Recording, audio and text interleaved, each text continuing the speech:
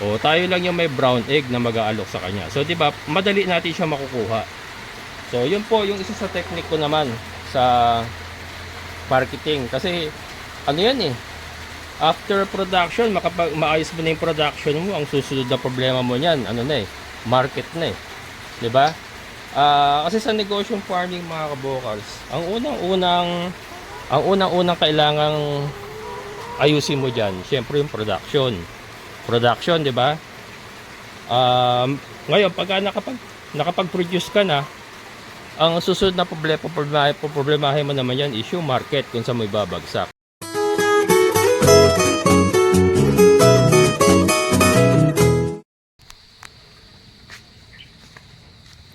Hello mga kabokal, isang maulan na araw.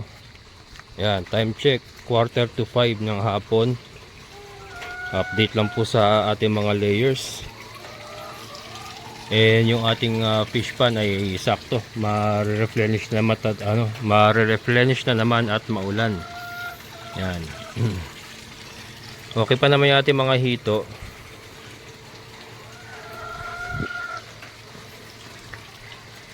Ito mga kabokals, dami na nating eggs. Ayan, oh. Dami na nating itlogs. Meron tayong meron tayo ditong kapon na harvest natin, isang tray at isang itlog ng pugo. Hindi mga kabokals, ano to, itlog po ito ng manok, pero yung nag-uumpisa pa lang ba, paumpisa pa lang siya mangitlog uli, kaya ganyan po kaliit, kasi liit po ng itlog ng pugo. Ayan, yan po siya, ganyan po siya kaliit mga kabokals. Yan, so dumadami na naman po yung ating itlog. Tingnan natin mga kabokals kung ilan na po yung ating itlog as of today. Ngayon, August 2. Ating mga hito nagpapalangoy-langoy mga kabokals. Ayan. At naghahanap ng makakain niya mga yan.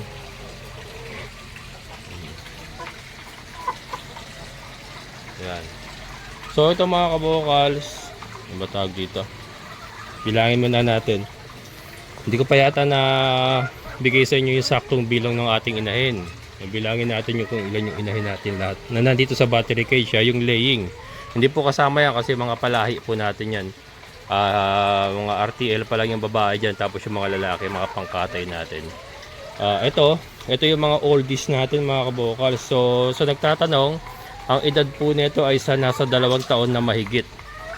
Nasa 2 taon na mahigit mga kabokals. May bumagsak kasi. Ayan. Nasa 2 taon na mahigit sila. So lumagpas na sa peak. Going 3 years na yata ito. Nasa going 3 years na. Kasi nakuha natin ito ng 4 months old. Sa old area pa eh. Ito sila. Sa old area pa tayo mga kabokals eh. Ano ito? 4 months old. Ito po yung galing sa nagtatanong. Ito po yung galing kay Sir Juan Agriventure. Sa may Nueva Ecija. Yung binili natin doon. Yung dinayo nga natin mga kabokals. So napanood nyo. 4 months old sila noon. I think parang ilang buwan na lang kasi na inalagaan natin sila sa old area. Tapos lumipat na tayo rito. Parang hindi sila inabot ng 1 taon sa old area eh. Dito sa new area natin, dito sa San Rafael nga, mag-aano na tayo rito, going 2 years na tayo sa October eh. Going 2 years na tayo sa October. So I assume hindi, halos 3 years na pala mga kabokals itong mga manok na ito. So ginawa nga po natin dito, nirecondition natin. Pero kumbaga pagulo. Kumbaga mga kabokals, wala na talaga sila sa peak. Talagang lumagpas na sila sa kanilang peak sa pangitlog, kaya nirecondition natin sila. Eto, tignan natin kung ilan pa ba yung naibibigay nila. Naka-1 buwan na silang naka-booster eh. Saka pure layer feeds. So tignan natin. Bilangin muna natin mga kabokals. 1, 2, 3, 4, 5, 6, 7, 8, 9, 10, 11, 12, 13, 14, 15, 16, 17, 18, 19, 20, 21, 22, 23, 24, 25, 26, 27, 28, 29, 30, 31, 32, 33, 34, 35, 36, 37, 38, 39, 40, 41, 42, 43, 44, 45, 46, 47, 48, 49, 50, 51, 52, 53, 54. Yan, 54 sila. Yung puti na yung dalawang puti na yung mga kabokals, ano yun ha? Yun po yung mga palahi natin na White Leghorn Cross Rhode Island, sinama ko lang din. Tapos ito pong dalawa na to, Rhode Island po yan, pure Rhode Island hens po natin yan. So sinama lang din natin, pero ano, tignan natin kasi ito mga ano na rin to, may mga edad na rin yan eh. Ayun, may edad na rin yun, nasa 2 years mahigit na rin po yung dalawa na yon. So tignan natin ngayon kung ilan yung itlog nila. Mag-harvest tayo mga kabokals. Umisa tayo sa taas mag-harvest. Ayan. Madilim ba? Yo. Natin. Hindi ako sanay kasi nung balde na ano nababagok eh. Mas gusto ko yung ganito na tray. Hindi naman to maramihan eh. Pagka maramihan yung talagang ano, yung balde. Kaya lang 'di ba sa iba sa mga farm nga 'di ba ano? Tawag dito. Tray lang din yung ginagamit nila. Ayan. Basa kasi natatalsikan ng tubig nila, may tubig sila sa painuman. Sinadya akong hindi harvestin kanina umaga. Ito itlog po ito mula kanina umaga.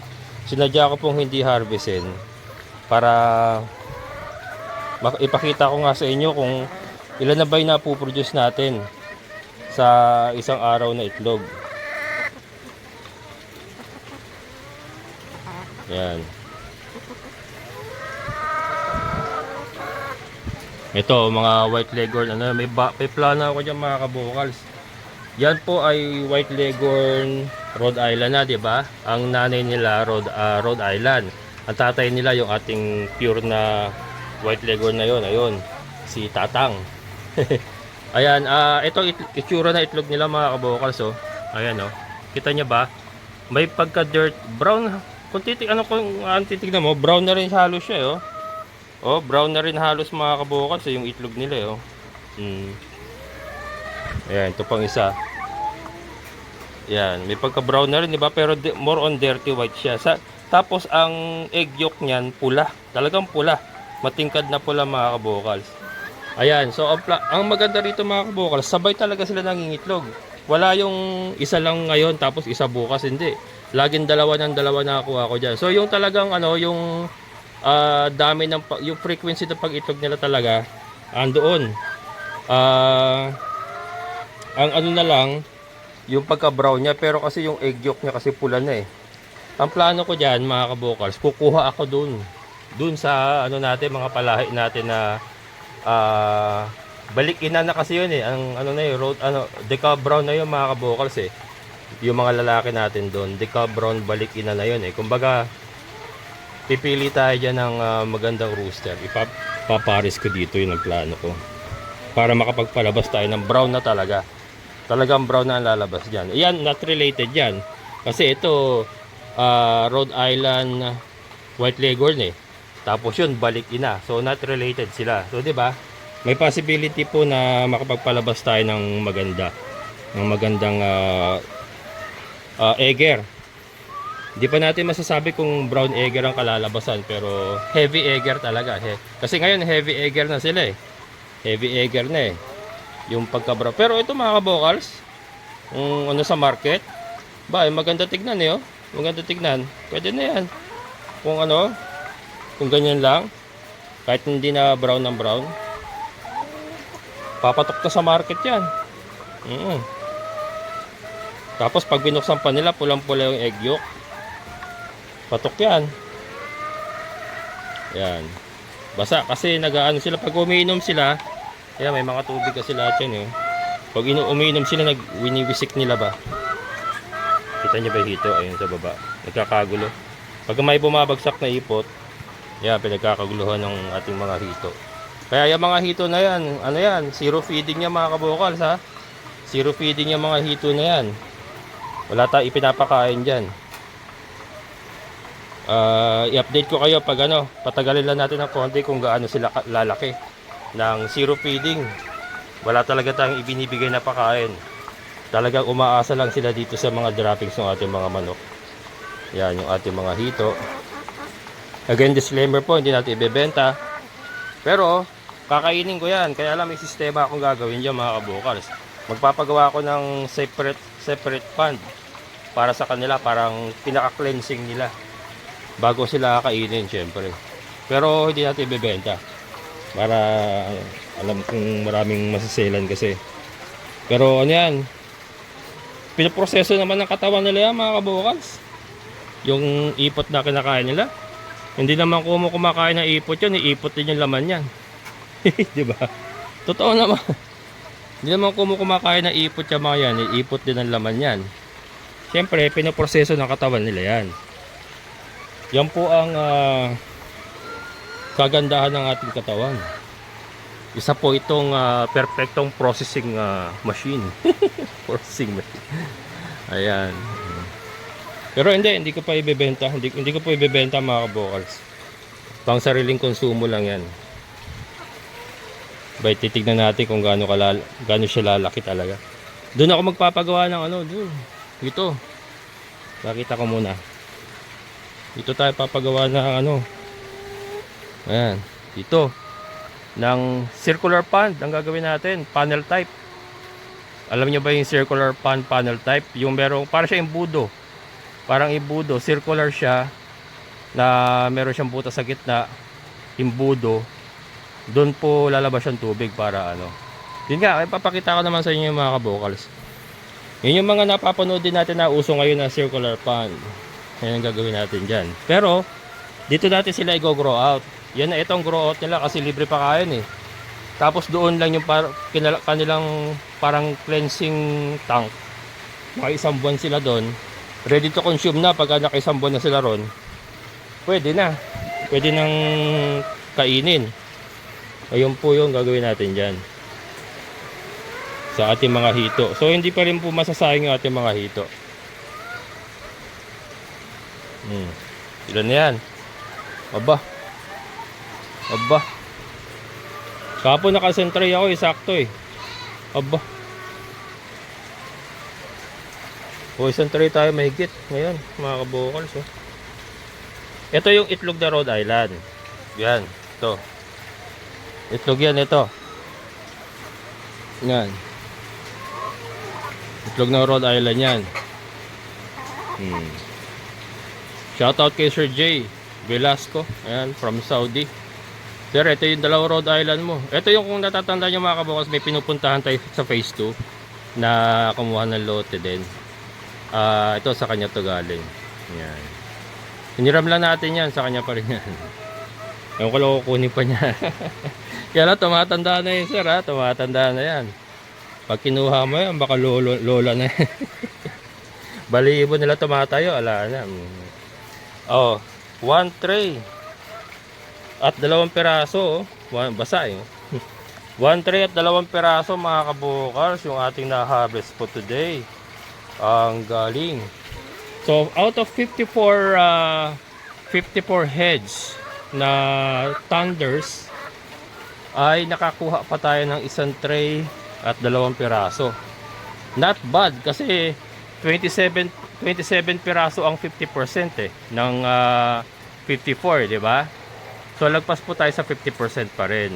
Sabi ko naman, maka 50% tayo mahigit. Pwede pa. Kasi at least may lalabas pa natin yung gastos natin sa pagkain. Eh yung pagkain naman nila mga kabukals, kasali na itong mga breeders natin. Kasi kung anong kinakain nila, kumbaga isang timplahan lang ako, kasama na yung ating mga breeders dyan. Ayan po yung ating mga breeders. Ayan, mga decal brown po. Yan. Ito, nakakuha akong 6 kanina. 10 yung hen natin. 10 sila. Nakakuha akong 6 kanina. Kaya magbebenta rin po ako ng ano, abang lang po kayo. Pagka nakapagsalang po ako ng sa akin, magbebenta ako ng fertile eggs na. Ayan. Hindi ka lang nga. Natin mga hito. Ayan. Kita nyo ba? Ayan, oh, ayan. Mga hito natin mga kabukals. Oh. Diba? Isa pong patunay na buhay pa ang ating mga hito. Ayan.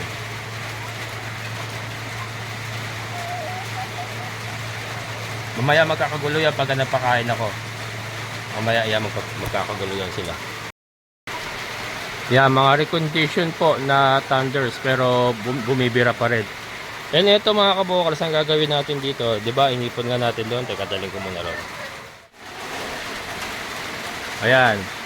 So ito na ngayon na harvest natin for today. So iniipon natin yan.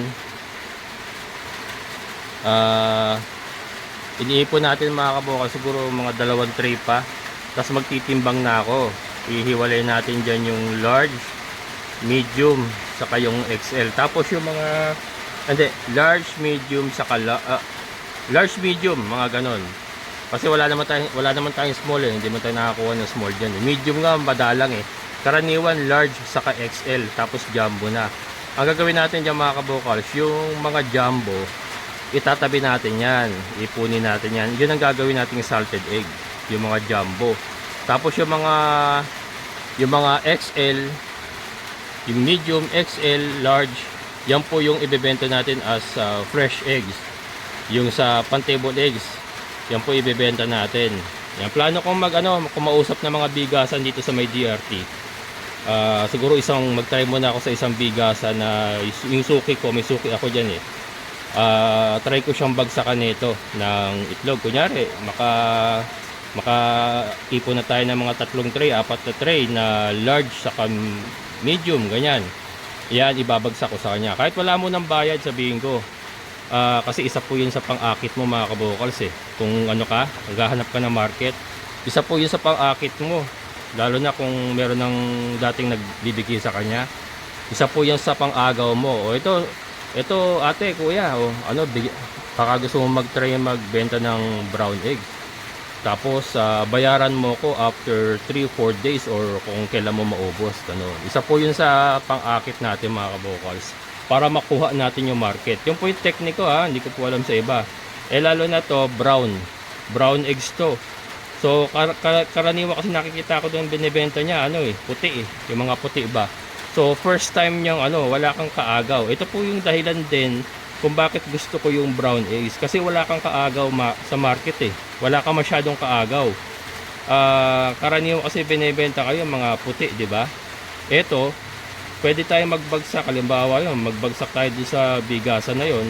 O tayo lang yung may brown egg na mag-aalok sa kanya. So di ba, madali natin siya makukuha. So yun po yung isa sa technique ko naman sa marketing. Kasi yan eh, after production, maayos mo na yung production mo, ang susunod na problema mo niyan, market na eh. 'Di ba? Kasi sa negosyong farming mga kabukals, ang unang-unang kailangang ayusin mo diyan, syempre yung production. Production, 'di ba? Ngayon pagka nakapag-produce ka na, ang susunod na problemahin mo naman yan is yung market kung saan mo ibabagsak. So dapat yun, nakaplano na yun yung gagawin mo. Dapat doon may target ka na. Ano ba yung gusto mong gawin? Ano ba yung gusto mong tahakin ng negosyo? Magpuproduce ka ba ng itlog para ibenta mo as table eggs? Para ibagsak mo sa mga tindahan din or bigasan? Or ibabahay-bahay mo? Dapat nakaplano na yung mga kabukals habang nagpo-produce ka.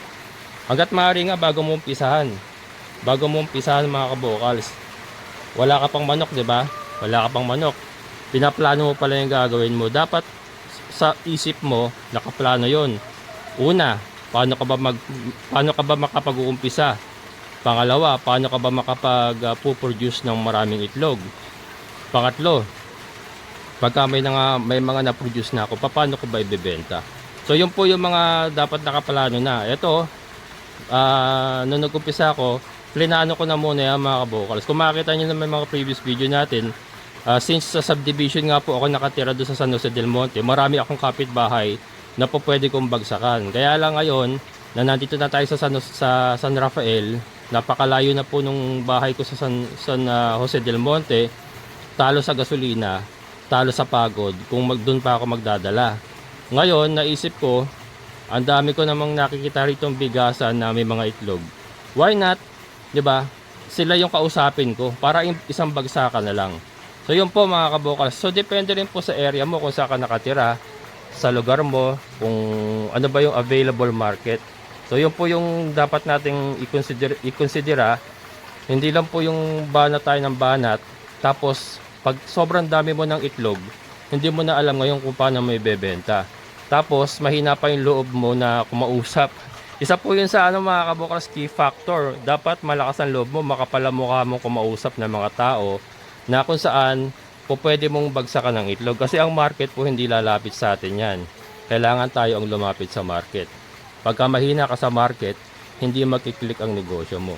Number 1 po yan na kumbaga dapat maging skill ng isang nagninegosyo katulad natin ng manukan, mapamanukan man yan, babuyan man yan, kambingan man yan. Dapat magaling kang gumawa ng market kasi hindi po lalapit ang market sa atin. Dapat tayo po ang lumapit sa market, sa mga prospected market natin. Ayan.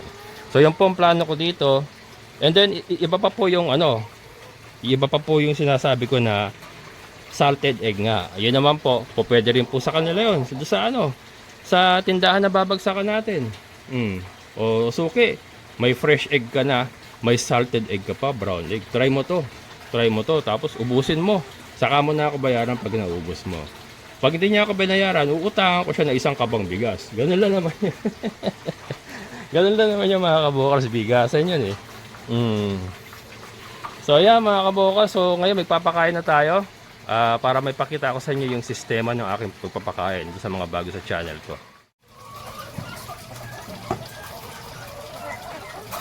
Kaya mga kabukals, ito nga wet feeding tayo wet feeding.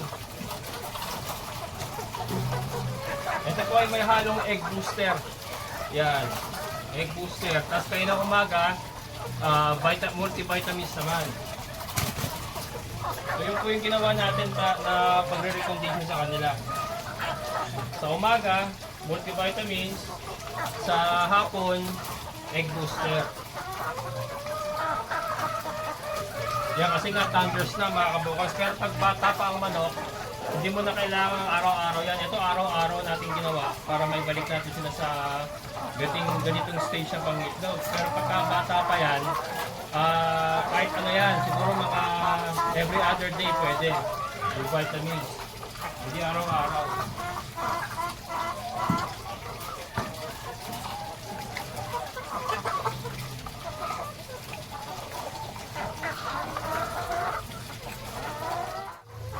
Papader muna ako nakatungtong kasi dapat tayong tungtungan. Ito po sukat na yan ito yung panukat natin. Ano yan, sukat na yan mga kabuhat. Para evenly distributed. Ang isang manok po na layer ay kumakain niya na o kailangan niya ng 15 grams to 120 grams per day per hen. Ayan. Correct me if I'm wrong mga kabukals pero andun yung range niya.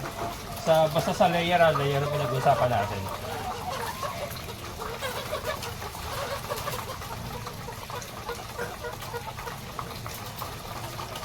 Yan. So yan mga kabukals. Yan po ang aking may babahagi sa inyo for today. Yun nga, napag-usapan natin. Dapat planuhin natin. Lalo-lalo na kung ganito pong egg production. Planuhin natin yung market mga kabukals. Kung paano ba natin yung market. Number 1 po yan. Pagka hindi natin napagplanuhan po yung market, lahat po ng pinaghirapan natin mawawala mga kabukals. Mahirapan tayo, eventually titigil tayo kasi wala, hindi natin may market eh. Ganun po yung nagiging karaniwang problema ng karamihan. Kaya po tumitigil. Hindi nila maibenta yung mga produce nila. So yun. And marami po. So sa pagkain po mga kabukas, maraming market. Hindi tayo mamamroblema dyan basta marunong na tayo kumausap, malakas ang loob natin. Anyway, wala namang mawawala kung kausapin mo. Kung tumanggi siya, wala namang problema, marami pa namang ibang makakausap. Ayun. Ayun mga kabukas, hanggang dito na lang. Maraming salamat sa inyong muling pagsama. Sa lahat ng mga solid kabukas, maraming salamat. Shoutout po sa ating kaibigan ng Sir Boyet. Sir, thank you so much. So muli, ito yung kabukas farmer. Isasabing sabay-sabay tayong mangarap. Magsikap at kumilos. Siguradong ulan ang ating amazing na buhay. Bye-bye!